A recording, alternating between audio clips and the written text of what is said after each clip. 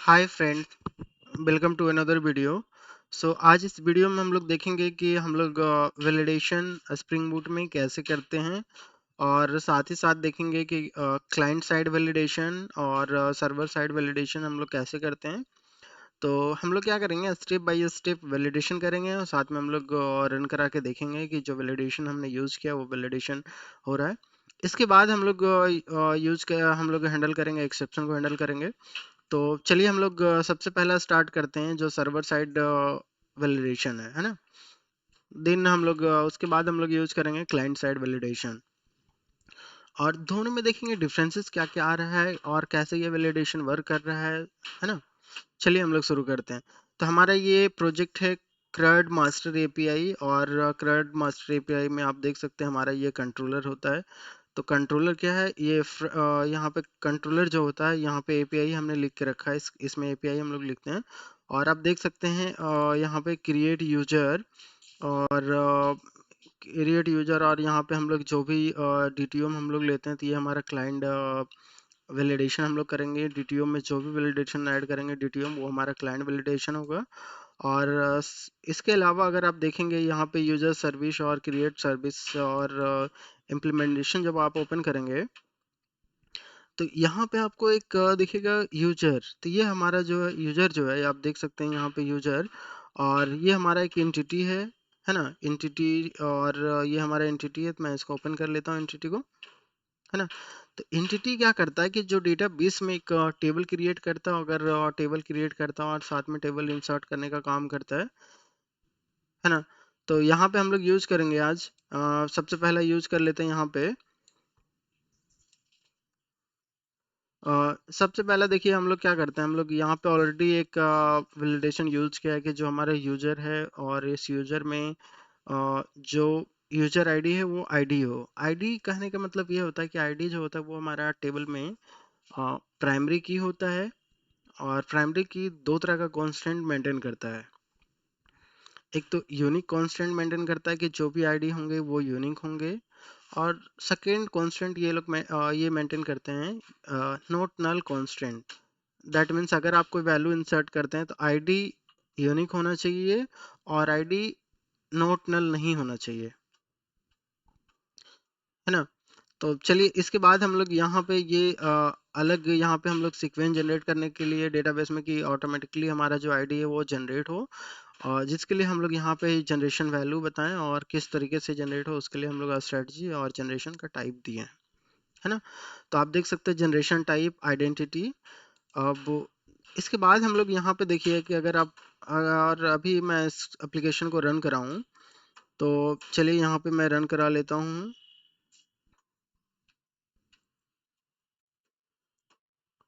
तो ये हमारा लॉग जनरेट हो गया, और साथ मैं पोस्टमैन को ओपन कर लेता हूँ। तो चलिए यहाँ पे हमारा एपीआई क्रिएट है, create user, get all user, single user, get single user, update user and delete user, है ना। तो हम लोग ये सारे एपीआई में वैलिडेशन करके देखेंगे कि कैसे ये वैलिडेट करते हैं डेटा को।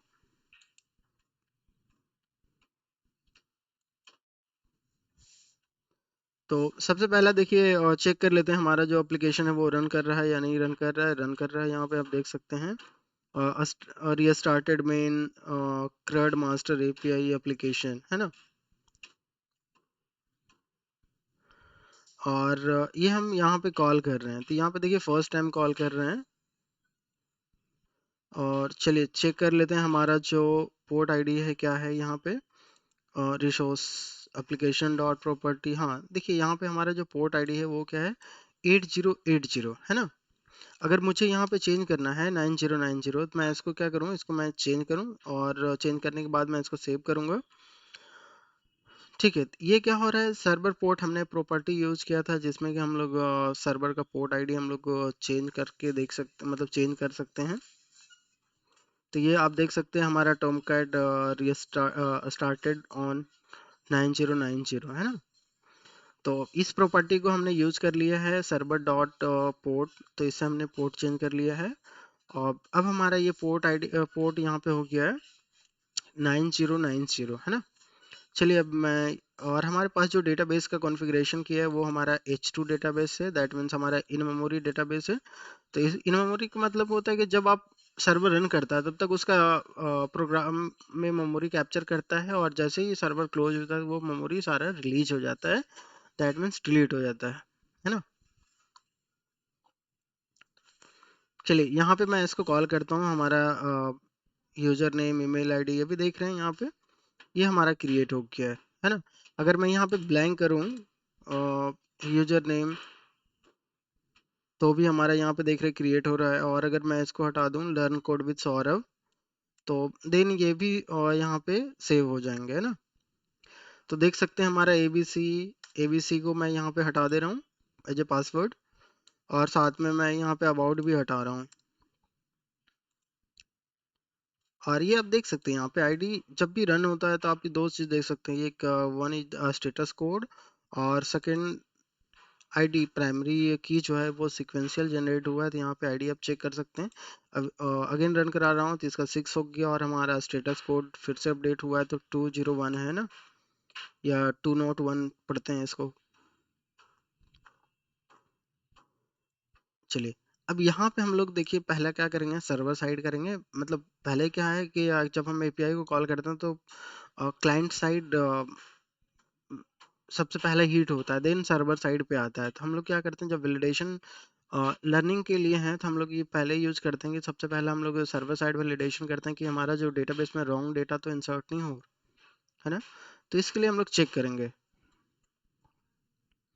तो आ जाते हैं यहाँ पे, और सर्वर साइड में हमारा यूजर नेम है, ये हमारा यूजर नेम जो है हमारा इसमें वैलिडेशन लगाएंगे कि यूजर नेम ब्लैंक जो अभी सेव हो रहा है ना।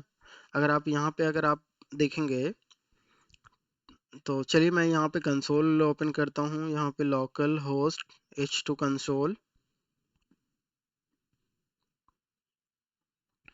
और कंसोल में यहाँ पे मैं पोर्ट आईडी चेंज करना होगा हमें 9090।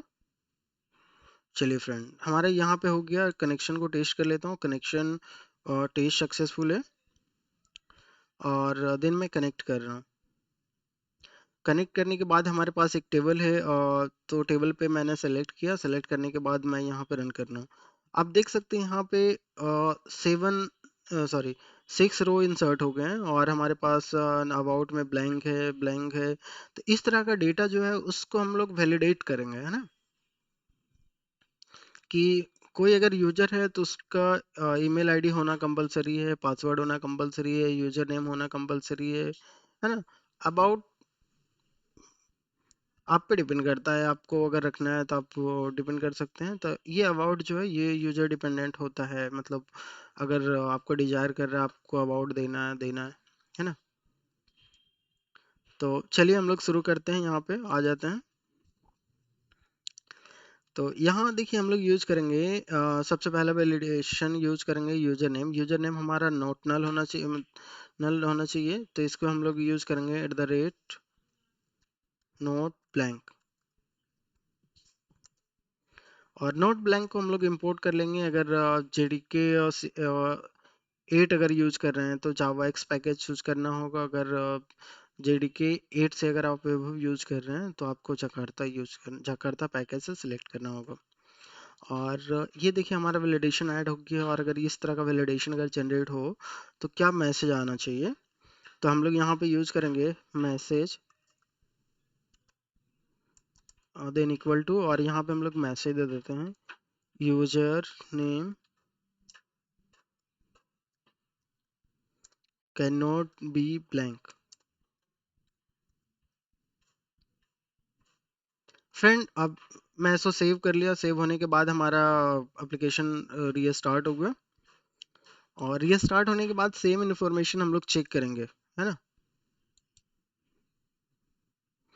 तो यहाँ पे देखिए सेम इन्फॉर्मेशन हम डाल रहे हैं, यहाँ पे देखिए आ रहा है कॉन्स्टेंट वायलेशन एक्सेप्शन, और एक्सेप्शन के अगर आप देखेंगे किस तरह का एक्सेप्शन यहाँ पे जनरेट हो रहा है, थोड़ा सा अगर नीचे आएंगे तो आपको सारा दिख जाएगा कि यहाँ पे एक्सेप्शन का टाइप क्या है ना।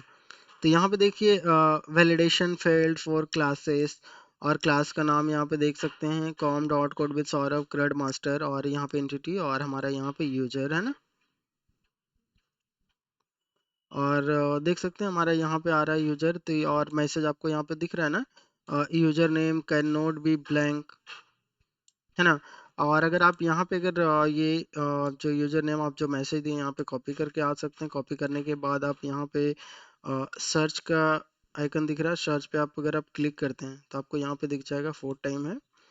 तो यहाँ पे देखिए user name can not be blank, है ना। चलिए एक वैलिडेशन तो हमने ऐड कर लिया है ना। अब सेकंड वैलिडेशन हम लोग ऐड करेंगे कि यूजर नेम का लेंथ क्या होना चाहिए। दैट मीन्स यूजर नेम कितने कैरेक्टर का होना चाहिए, और मिनिमम और मैक्सिमम। आप जैसे कि अभी क्या है ना, अभी आप देखिएगा यहाँ पे ये हमने ब्लैंक रखा है। अगर मैं यहाँ पे एस अगर यूज करूँ तो एस यूज करूँ और एस करने के बाद तो हमारा सिंगल ओनली वन कैरेक्टर है, और ये हमारा जब कर रहे हैं तो यहाँ पे देखिए हमारा एस ले लिया है ना, क्योंकि ये नोट ब्लैंक है ना।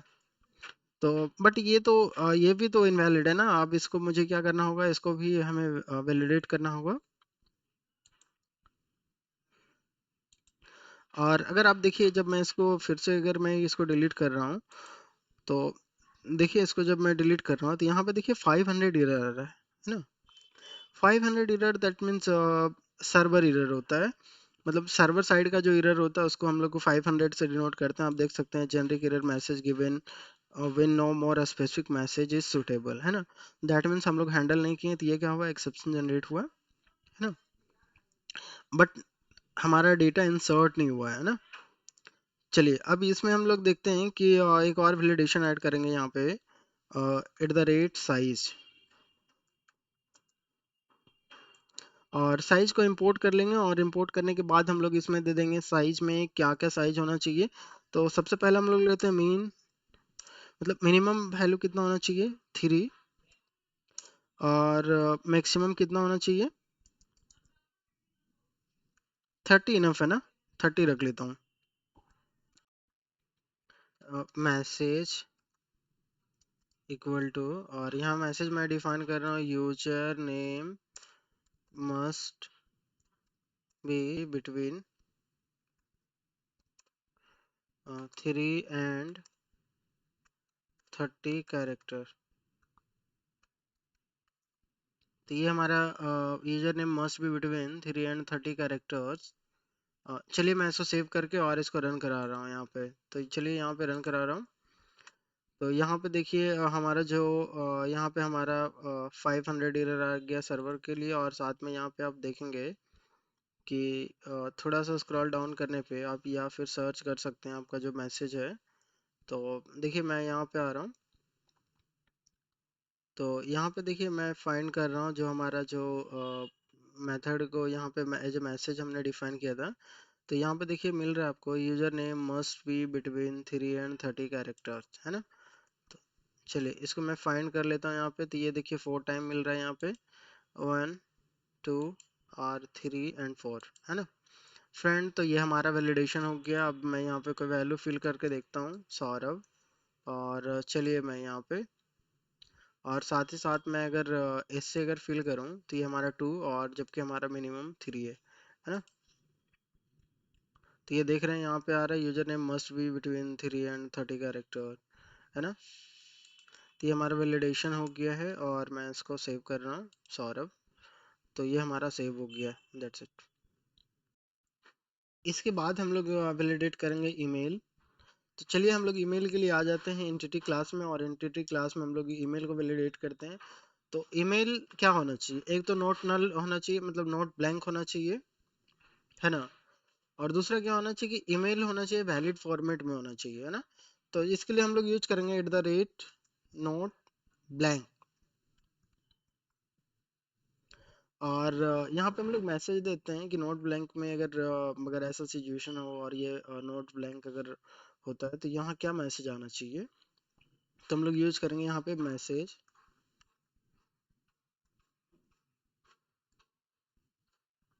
और मैसेज में हम लोग यहाँ पे देते हैं यूजर, सॉरी ईमेल के लिए तो मैं इसके लिए यहाँ पे देता हूँ email can not be blank.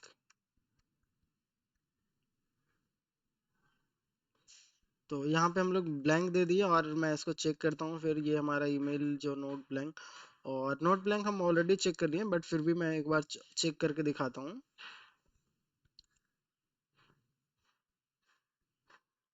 Friend यहाँ पे देखिए आप 500 एरर है और यहाँ पे देखिए आपका email can not be blank है ना। और इसके साथ हम लोग यहाँ पे देंगे कि इमेज का मतलब तो ऐसा कुछ लेंथ वगैरह है नहीं, तो हम लोग क्या करेंगे इसका फॉर्मेट करने यूज करेंगे नोटेशन @email। और ईमेल को क्या करेंगे, ईमेल को इंपोर्ट कर लेते हैं और इंपोर्ट करने के बाद हम लोग यहाँ पे एक यहाँ पे हम लोग मैसेज पास कर देंगे।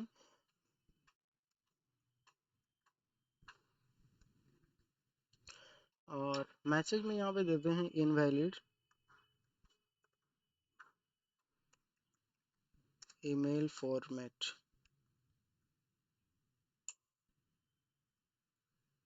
चलिए मैं इसको सेव कर रहा हूँ, सेव करने के बाद मैं यहाँ पे चेक कर रहा हूँ।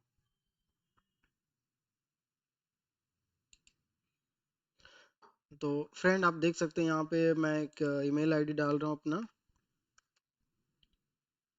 लर्न कोड विथ सौरभ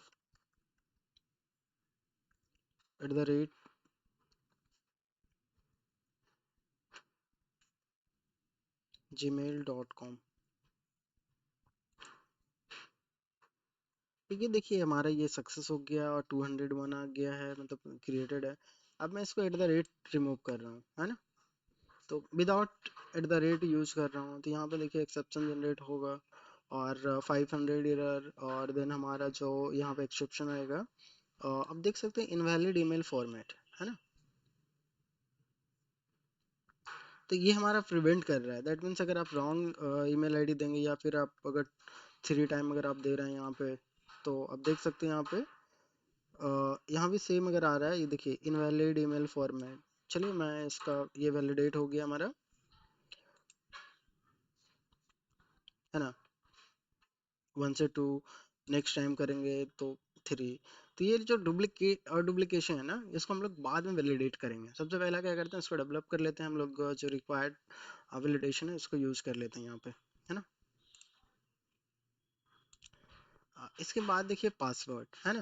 तो पासवर्ड के लिए सेम यूज़ करेंगे। पासवर्ड के लिए मैं इसको कॉपी करके यहाँ पेस्ट कर रहा हूँ और पासवर्ड यहाँ पे यूज़ कर रहा हूँ,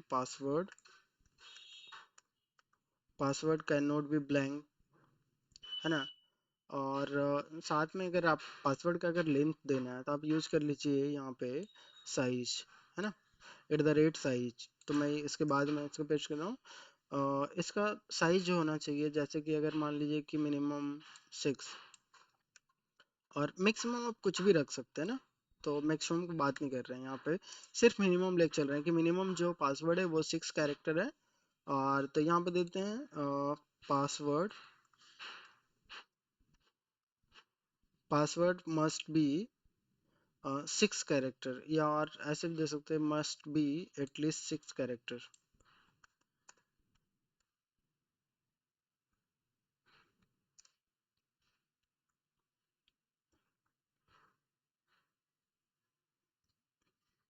चलिए अब यहाँ पे देखते हैं। तो सबसे पहले यहाँ पे देखिए ब्लैंक, ब्लैंक के लिए आया है यहाँ पे password can not be blank है ना। चलिए पासवर्ड में यहाँ पे रखता हूँ सौरभ SAU। यहाँ देख रहे SAU ओनली 3 कैरेक्टर और हम लोग मिनिमम लेके चल रहे हैं 6 कैरेक्टर। तो यहाँ पे देख रहे हैं password must be at least 6 character.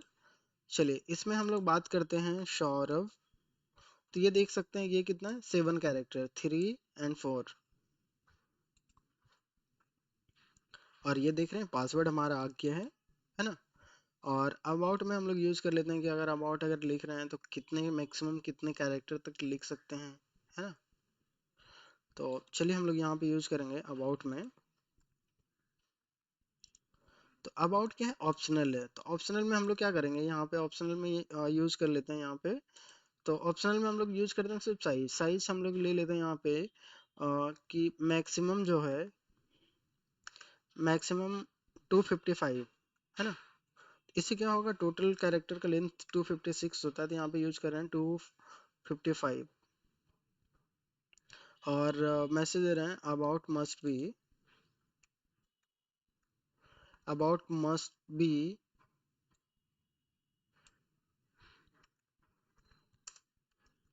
Less than 255 characters. Friend हमारा ये हो गया है अबाउट में।